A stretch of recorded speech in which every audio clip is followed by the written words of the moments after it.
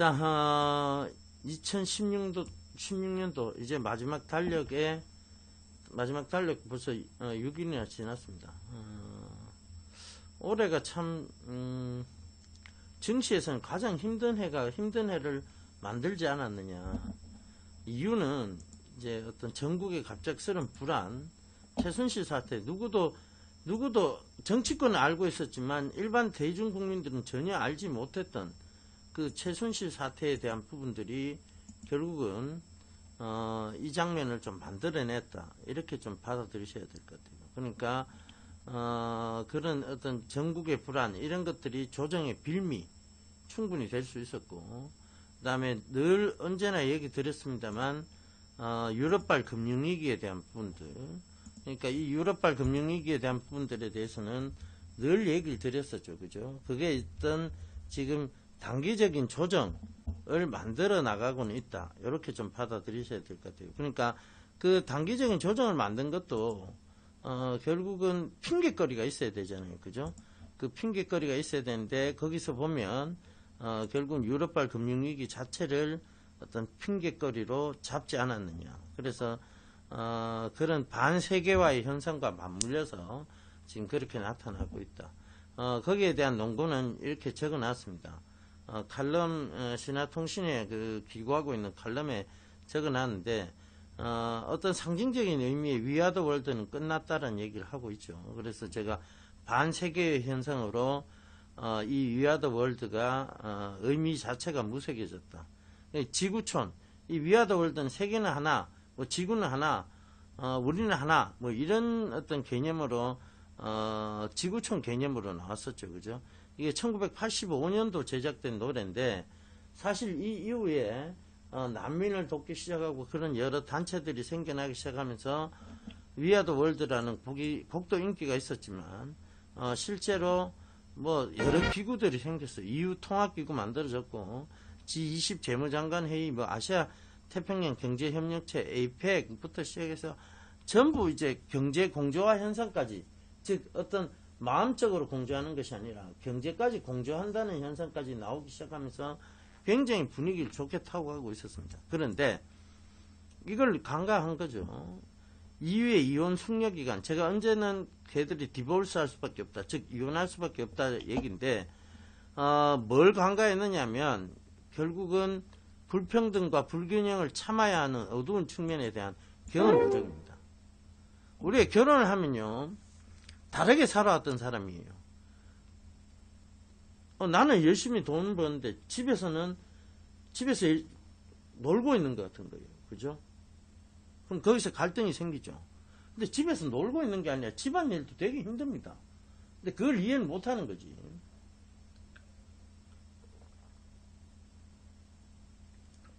그래서 우리 흔히 이혼을 왜 합니까? 성격 차이라고 하는데, 성격 차이, 뭐 경제적 문제 이런 것들이 있는데, 경제적 문제도 마찬가지예요. 경제적인 문제에서 나는 열심히 일해서 돈 벌고 있는데 집사는 팽팽 놀면서 돈 쓰고 있는 것 같단 말이에요. 그죠? 똑같은 상황입니다. 그 불평등, 불균형, 이걸 참아야 되는, 참고 이해해야 되는 측면이 있어요. 저 사람 집에서 열심히 일하는구나, 이런 걸 참아야 되는데, 그리스 놀고 있네. 우리는 뭐고? 독일은 열심히 일하고 있고, 영국도 열심히 일하고 있는데, 그리스는 팽팽 놀고 있고, 포르투갈 놀고 있고, 이탈리아 놀고 있고, 완전히 얘들은 뭐 묻고 놀자 하면서 그거 하네. 최근에 이제 유럽을 갔다 온 친구 얘기입니다. 유럽을 갔다 온 친구 얘기인데, 굉장한 이기주의적 성향을 보이고 있고, 사실 관광하기는 지금 옛날보다 낫대요. 도둑들도 많이 없고, 치안이 조금 강화됐고, 왜냐면 IS 사태 때문에 치안이 좀 강화됐죠. 그죠? 프랑스 뭐 테러 이런 부분들 때문에 치안이 좀 강화되면서 오히려 여행하기는 좋다는 얘기는 하는데, 결국은 그런 부분들이에요.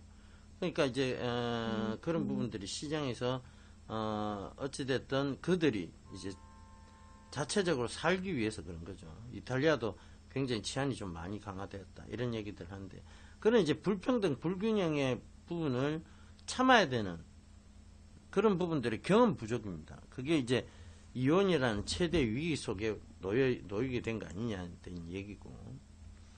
그래서 이제 이 반세계의 시발점이 영국 브렉시트다. 결국은 이런 불합리한 규제에 대한 불만, 영국민들의 피해의식, 난민하고 이민자들, 그 다음에 독일은 더 이상 동맹국이 아니다는 인식 확산, 뭐 이런 것들이 결국 브렉시트를 이끌어냈죠. 근데 이것이 어떤 반세계화의 시작이었습니다. 영국 브렉시트가 이민자를 안 받아들이겠다.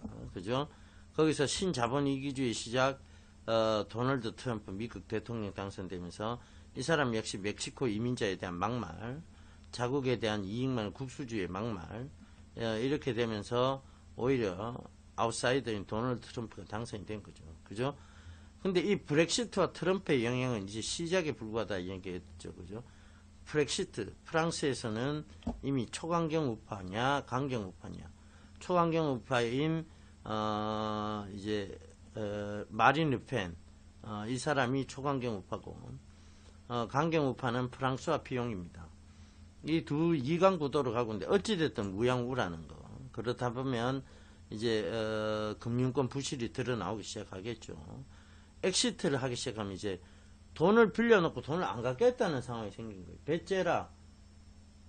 난 못 갚겠다.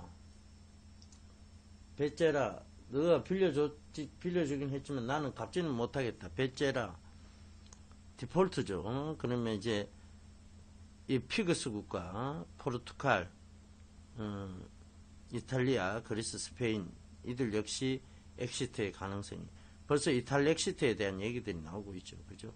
여기에서 이탈리아 엑시트가 될 거고 거기서 이제 더 세계 경제를 좀 신경제 냉전주의로 만들어갈 수 있는 상황이 결국은 중국과 미국의 어떤 대립 이런 부분들이 신경제 냉전주의로 갈 수 있다. 그렇다면 이제 그런 부분들이 내년 이제 하락장, 즉 대세 하락장 10월 정도 부터 이어질 대세 하락장에 대한 부분들, 그 부분들이 결국은 조각들이 맞춰져 가고 있는 것이다.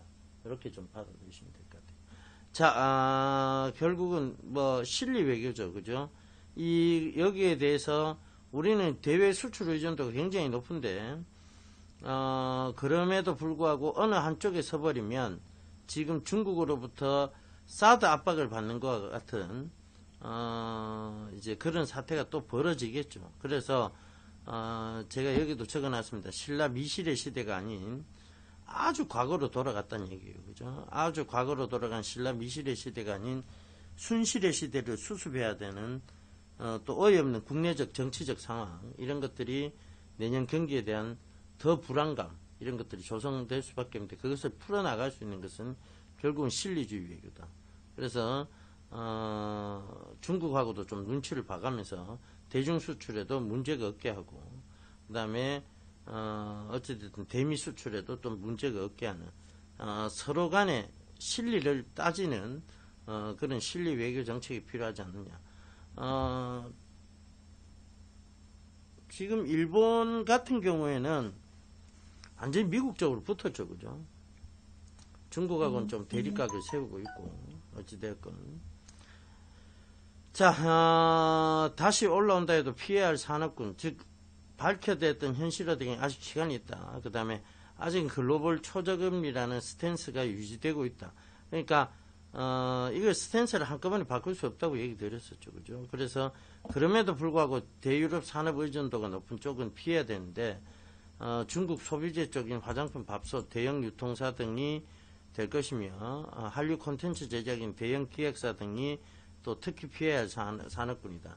자, 최근에 이제 스마트 디바이스에 대한 삼성의 확고부동한 의지, 그 다음에 차량용 스마트 디바이스에 대한 확고부동한 의지, 그리고 그것이 보면 여러분들도 아시겠지만 어찌되었건 그 내용상으로 들어가 보면 그 스마트 디바이스를 갖고 이제 소프트웨어를 전체적으로 공급할 수 있는 차량용 소프트웨어를 전체적으로 또 공급할 수 있는 그런 이제 구도를 만들어 가고 있다. 그렇게 좀 받아들이시면 될 것 같아요. 자, 경제전쟁 중립국인 인도, 베트남 등에 진출해 있는 한국 기업에서 또 그 해답을 찾아야 되고, 대세 하락시기에 좋은 주식은 없습니다. 그냥 방법은 있다. 그건 뭐냐면, 저성장 시기 금융위기에는 부동산, 채권, 금, 실물 투자 등도 대안이 될 수 없는데, 오히려 주식에서 떨어진 쪽에 배팅을 해볼 수 있는 기회장이 될 것이다. 자, 그리고 마지막 말에 적어놨죠. 수정. 우리는 언제나 역사적 위기에서 수정이라는 단어를 통해 새로운 패러다임이 형성된 것을 너무도 잘 알고 있다. 수정 자본주의, 수정 공산주의. 그죠? 위아더 월드가 사라졌지만 이제 우주는 하나라는 더 큰 대의적 명제로 다가올 것을 생각해 봐야 되고, 그 다음에 지금 우리 실리 외교에서 해답을 찾아 나가야 할 것이다.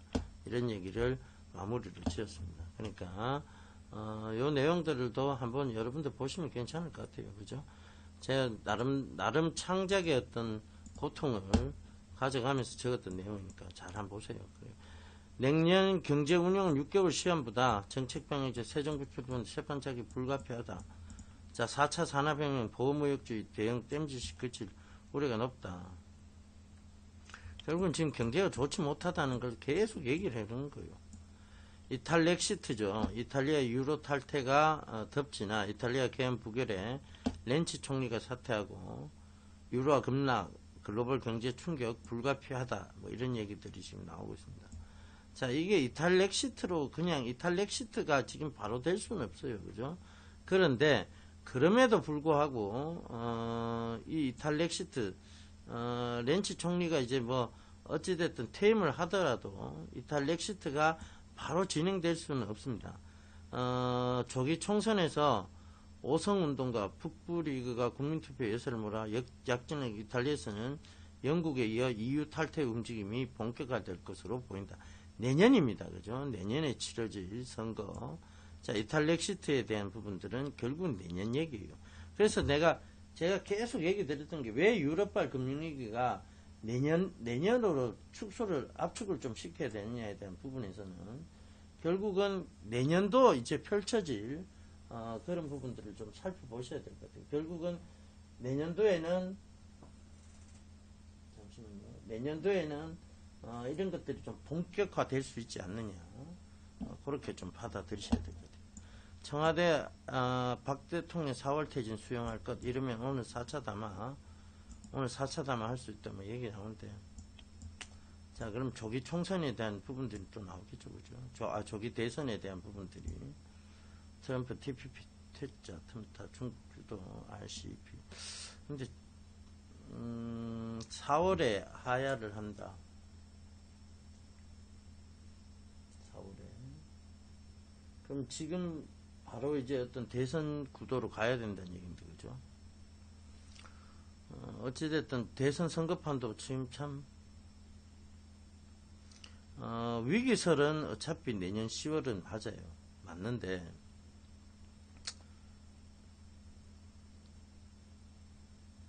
올해 선거판은 진짜 이제 그 주식시장도 정신없는 선거판이 될 가능성이 있습니다. 그죠? 이게 뭐 텀을 두고 올렸다가 빼면서 다른 종목으로 갈아타고 그들도 어떤 포지션이라는 게 있을 텐데, 이 모든 것들이 지금 무너지게 된 게 대선주들조차도 갑자기 이재명 관련주가 뜨고 한 게 결국은 뭐냐 하면 변수예요. 이 변수에 당한 겁니다. 예, 어서 오세요.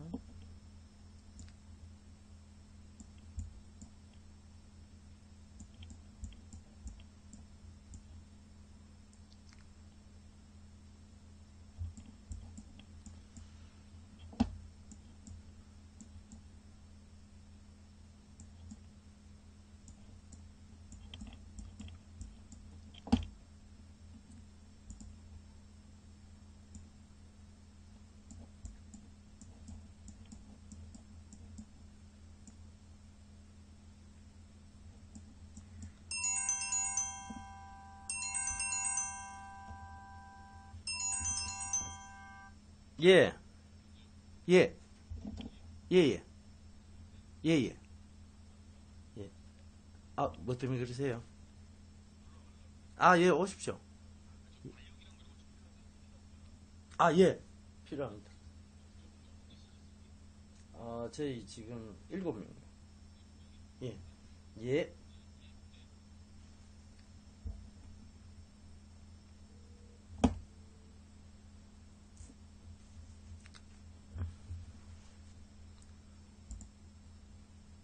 박영선, 박 4월 15일 16일 달러.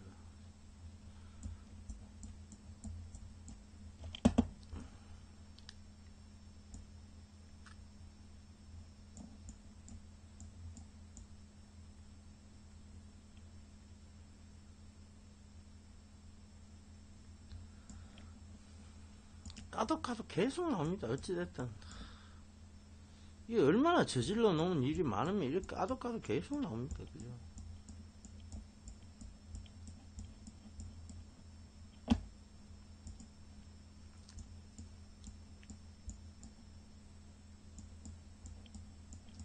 참, 이재명이 뜬다는 것도 나는 이해를 못하겠어.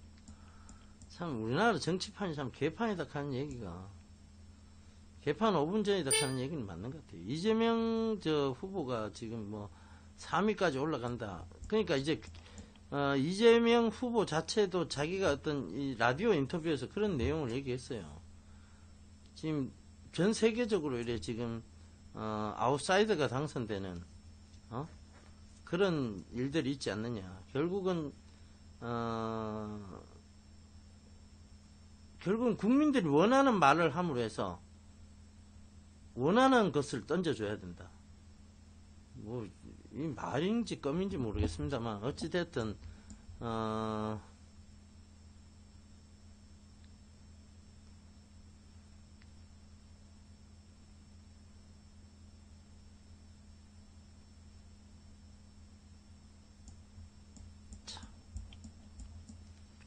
포퓰리즘을 등에 업었다 해야 되겠습니까?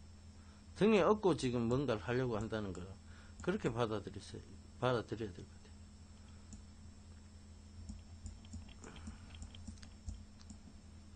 오늘 이제 이재용 삼성 부회장이 이제 국정감사에 이제 증인 출석을 합니다. 그죠? 청문회. 그죠?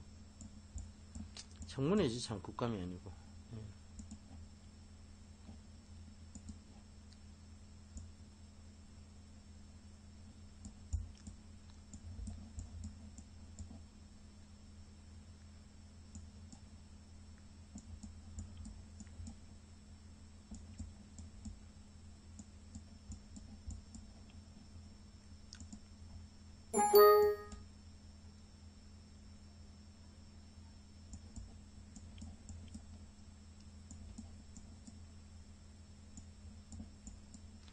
그리고 이 정부가 가장 잘못한 게요. 사실은 그 부분도 있습니다. 그러니까 이게 왜 그 지분을 많이 가진 사람에 대해서 과세하겠다 하는 내용들 하니까 지분 많이 가진 사람들이 빼죠. 사실 뭐 몇 프로, 지분의 몇 프로라 그러는데, 그럼 대형주 같은 경우는 지분의 몇 프로가 되려고 하면 돈이 어마어마하니까 사실 대형주에는 지분 신고를 안 해도 되고 과세를 안 하겠다는 얘기고, 그죠? 중소형주는 과세하겠다는 얘기잖아요. 조금만 사도 지분 신고가 될 만큼의 어떤 물량이 될 수 있기 때문에, 그죠? 그러니까 그 부분도 굉장히 잘못한 것 같아요. 아니 왜 그거를 건드리냐고. 지금 마음대로 뭐 시장을 세금 걷기 위해 갖고 세금 좀 더 걷어보겠다고 시장 시간도 자꾸 늘리고 결국은 상한가 제도도 확대시켜 놓고 작전의 변경을 가져오게 만들고 그다음에 결국은 또 이런 거죠. 그러니까 결국은 또 과세를 하겠다 그래가 코스닥에서 자금이 빠지도록 만들고, 그죠? 코스닥 많이 투자했던 사람이 연말까지 지금 자금을 뺐는 이유가, 자금을 뺐어요. 뺏는 이유가 투매도 투매지만 어떤 분명히 그런 부분도 있지 않느냐. 결국은 이게 올해부터는 이제 내년부터는 이런 이제 지분에 대한 신고가 된 사람들 양도소득세도 맡기겠다 하고 어느 정도 많이 지고 있는 사람들은 뺐다가 팔고 할 때 양도소득세도 매기겠다고 하고, 그럼 손해나면 물어주는가? 그죠? 세금은 더 걷어가겠다고 하면서 손해나면 물어주는 것도 없이, 세제 혜택도 별로 없이, 그죠? 결국은 세금만 더 뜯어가겠다는 얘기고, 지분이 높은 경우에는 양도소득세부터 시작해서, 지분 보유세, 이런 것까지, 매기겠다고 하니까, 누가 그 세금 더 내면서 주식하고 싶겠어요, 그죠? 참, 정부가 별의별 걸 다 규제를 완화한다 하는 박근혜 정부의 그 규제 완화책 딱 두 가지였는데, 규제 완화하고 문화창조였는데, 규제 완화된 건 하나도 없는 것 같아요. 그러니까요, 오히려 규제를 더 만들고 있어요.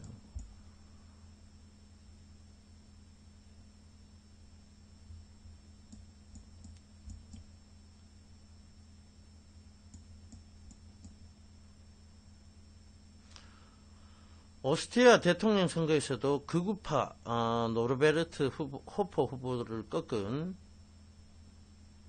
극우파를 꺾었네. 여기는 그래도 EU 첫 극우 대통령 탄생을 막았다. 오스트리아는, 그죠? 다행이네. 오스트리아는 사실 여기가 호주는 엄밀히 따져서 이게 지금 자원이 풍부한 나라잖아요. 그죠? 그리고 이민정책으로 오히려 더, 어떤 경제적 부를 누렸던 나라입니다. 이건 극우 대통령이 막혀질 수밖에 없는 상황인 것 같은데. 호주를 또 유럽으로 보기도 좀, 이유는 맞습니다만은, 유럽으로 보기도 좀 그렇습니다. 그죠?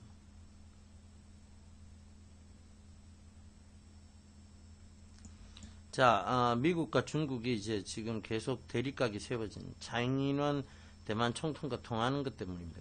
그렇죠? 그러니까요. 그 부분이 돈 많은 사람들 가치 투자를 못하게 만드는 부분이 오히려 코스닥에 낙폭을 피우고 코스닥이 지금 오히려 코스피보다 좀 덜 올라오는 그런 부분도 분명히 만든 것 같아요. 누군가 많이 사야, 많이 지고 있어야, 물량을 많이 지고 흔들림 없이 있어줘야 주가를 올리는 쪽이 쉽겠죠. 그죠? 그래서 늘 작전 세력들이 누구하고 연계를 많이 하냐면 대주주하고 가장 연계 많이 하는 이유가 물량을 가장 많이 지고 있는 쪽에 물량이 쏟아져 나올까에 대한 두려움 때문입니다. 그죠?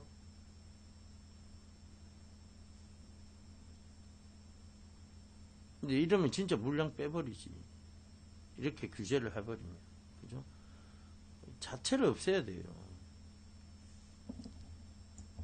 주식시장은 순수, 주식시장의 어떤, 시장 원리에 의해서 움직여지게끔 만들어줘야 되는데, 그걸 인위적으로 자꾸 뭔가 손을 대니까 이런 문제가 자꾸 생깁니다. 자, 이 자체도 운전자의 건강까지 챙긴다. 헬스케어에 꽂힌 현대차. 자, 이거 뭐예요? 이거 뭐예요? 이것도 역시 스마트 디바이스예요. 차량용 인포테인먼트인데, 결국은, 차량의 이제 스마트 디바이스에 대한, 부분들을 강조하는 거예요. 그죠?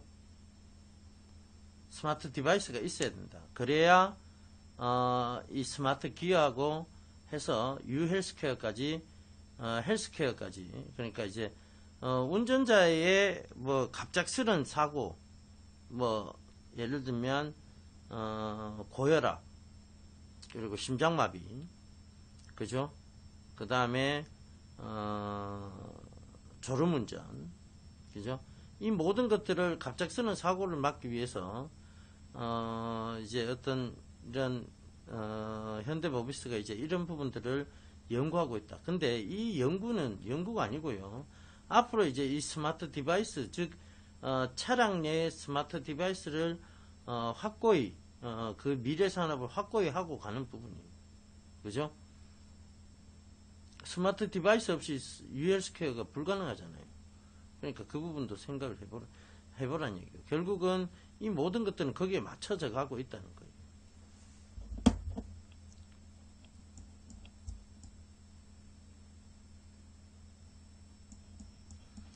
산업융합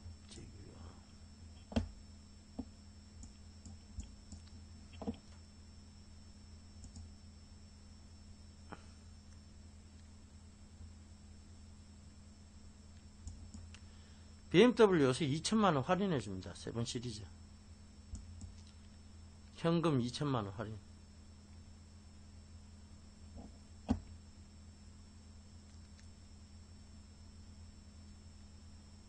그죠? 15%.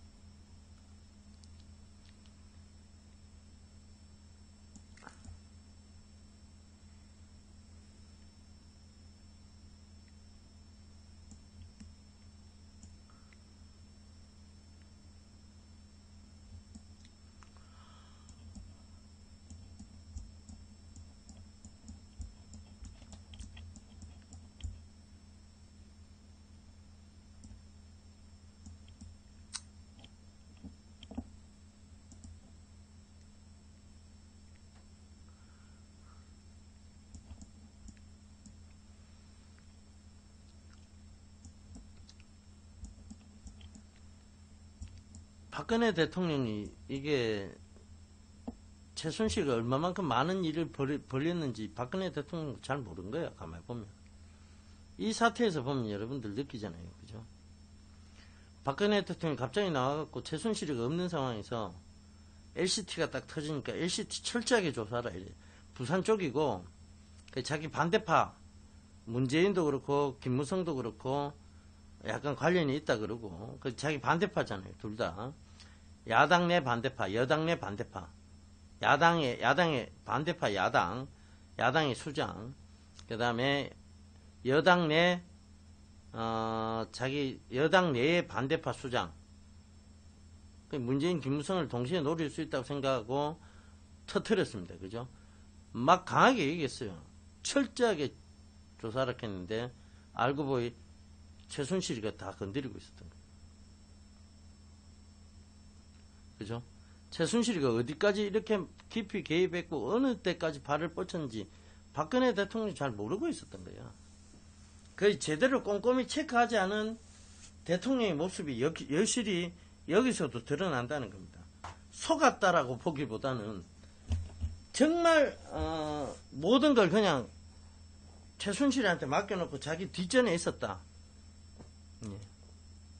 그죠? 돈 되는 건 다 건드리는 거 맞죠? 그죠? 뒷전에 있었다. 그게 그 내용이 여실히 나온 게 사실은 이 부분입니다. 자기가 조사를 했는데 딱 보니까 지금 최순실이가 더 강하게 연루가 되어 있어요. 그죠?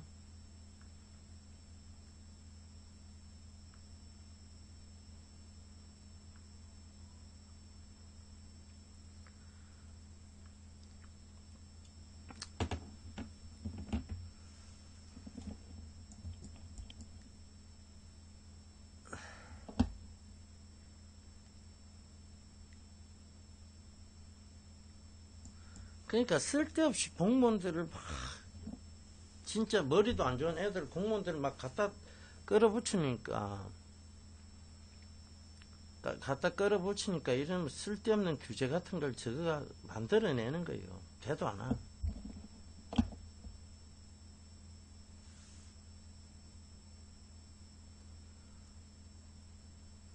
제일 위험한 게 회사에서도 제일 위험한 게 뭐냐고 하면 멍부라고 얘기했잖아요. 그죠? 멍청하고 부지런한 놈. 이거 지금 이 자체도 신분증 스캐너 도입 이거 있잖아요. 이것도 멍청하고 부지런한 놈 짓입니다. 뭔가 하나 자기가 돈 되는 거 하나 만들어 보기는 정부에 이쁨 받는 거 그런 걸 하나 만들어 봐야 되겠는데 그죠? 그런 걸 하면서 막 이런 쓸데없는 규제들을 멍청하고 게으른 멍청하고 부지런하니까 이런 사태가 벌써 멍부예요. 멍부. 그죠? 어제 그 청문회에서도 느낌이 뭐냐 하면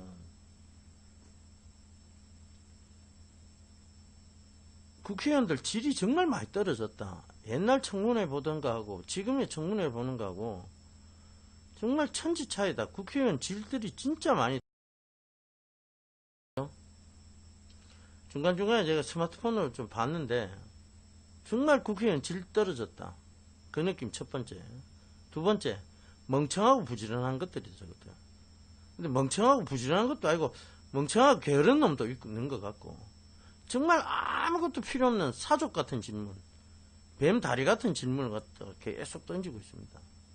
이게 뭐 나라가 진짜 그런 애들을 뽑아야 운영하기가 편한 건지 그건 모르겠습니다만 어떻게 그런 애들한테 공천을 줘가 전부 국회의원 당선되게 했는지 그것도 참 이해가 안 됩니다. 조금 이해를 해보려고 노력하였으나 이해 안 되는 일들이 많이 펼쳐지네요. 그죠?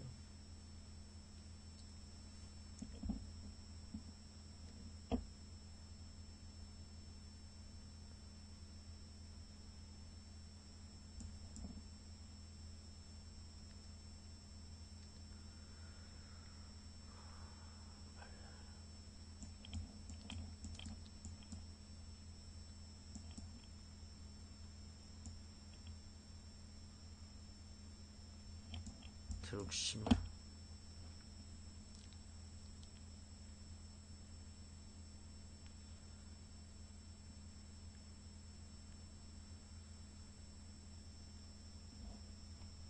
왓슨. 아, 이거 어제 왓슨에 대한 얘기 나오더라, 그죠? 뉴스에서.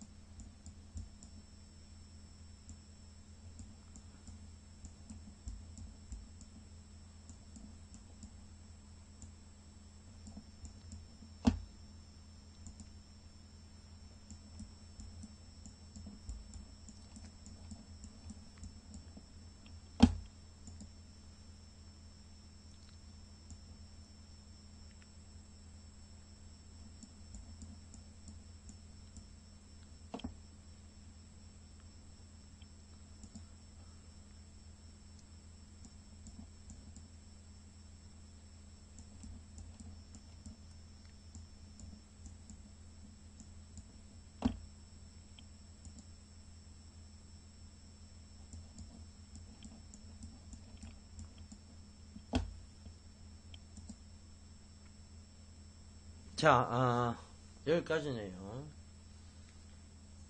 자, 다시 한번 살펴보자. 전체적인 요약을 해보자면, 어찌됐건, 지금 국정농단 사태가, 어찌됐건 지금, 문제가 되고 있다. 그 다음에, 그것이 어떤 주식시장에도 어떤 지금 강한 상승적 요인을 만들어낼 수 없는 그런 부분들이 분명히 존재하고 있다. 이렇게 좀 보시면 될 것 같고요. 두 번째는, 이제, 유럽발 금융위기에 대한 부분들이 자꾸 이제 기사를 통해서 나오고 있다. 그 조각들이 맞추어져 가고 있다.